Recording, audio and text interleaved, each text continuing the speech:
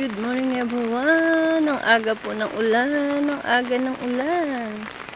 At syempre, nakatipid po ako sa dilig. Nadiligan na ang aking halaman.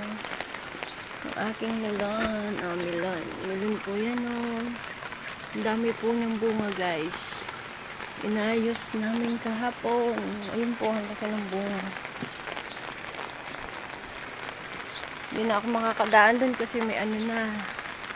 Yun ang laki ng bunga. Nadidigan ang aking mga halaman. Yung aking bagong tanim. Diba?